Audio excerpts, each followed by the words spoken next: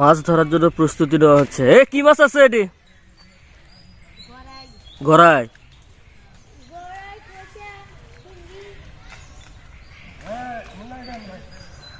গ্রামে মাছ মারার দৃশ্য। পুকুরের পানি যখন শুকিয়ে যায় তার শেষের দিকে এইভাবে মাছ মারা হয়। পুরো ভিডিওতে আমরা দেখাবো আজকে আপনাদেরকে কিভাবে শেষের দিকে মাছগুলো ধরা হয়।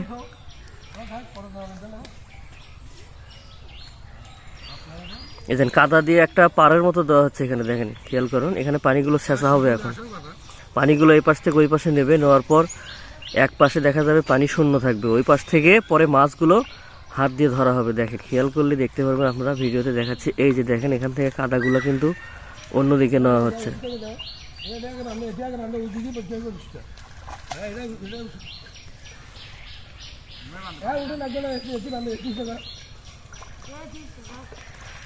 এইরকম গ্রামের মাছ মারার দৃশ্য কিন্তু এখন আর হরহামেশা দেখা যায় না, কারণ এখন গ্রামগুলো কিন্তু শহরের কাছাকাছি চলে গেছে। পুকুর ভরাট করে এখন বিল্ডিং থেকে শুরু করে অনেক ব্যবসা প্রতিষ্ঠান তৈরি করা হচ্ছে, যার কারণে কিন্তু বাংলার যে ঐতিহ্য মাছ মারার দৃশ্যগুলো বা মাছ শিকার করার আগে যেমন পুকুর বিল ছিল, এগুলো কিন্তু অনেকটাই কমে এসেছে, যার কারণে কিন্তু এই দৃশ্যগুলো আমরা দেখতে পারি না। তো সেখান থেকেই চেষ্টা করছি আপনাদেরকে এগুলো দেখানোর জন্য।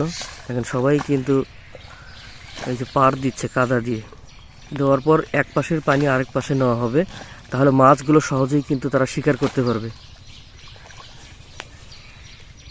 দেখুন, এখানে সবাই কিন্তু মাছ মারার প্রস্তুতি নিচ্ছে। আর এখানে বিভিন্ন ধরনের এক্সপেন্সিভ মাছ থাকবে, যেগুলো হরহামেশা বাজারে কিন্তু কিনতে পাওয়া যায় না। ওই ধরনের কিছু মাছ এখানে পাবেন, যার জন্য কিন্তু এত কষ্ট করা হচ্ছে।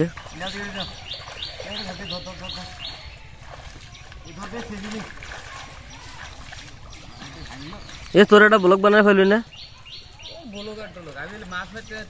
একজনা ক্যামেরা ধরে থাকবে দিব।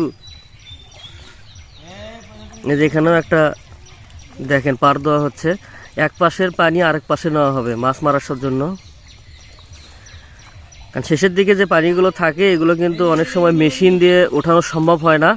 তারপর গ্রামে এই টেকনিকটা অবলম্বন করা হয়, ঠিক মাছ বরাবর একটা কাদা দিয়ে পার তৈরি করা হয় এবং এক পাশ থেকে পানি আরেক পাশে নেওয়া হয়, এবং যে পাশটার পানি খালি হয়ে যায় ওই পাশের পানিগুলো এই যে ঠিক এইভাবে দেখেন, আমি দেখাচ্ছি, ঠিক এইভাবে পানিগুলো অন্য পাশে দিচ্ছে।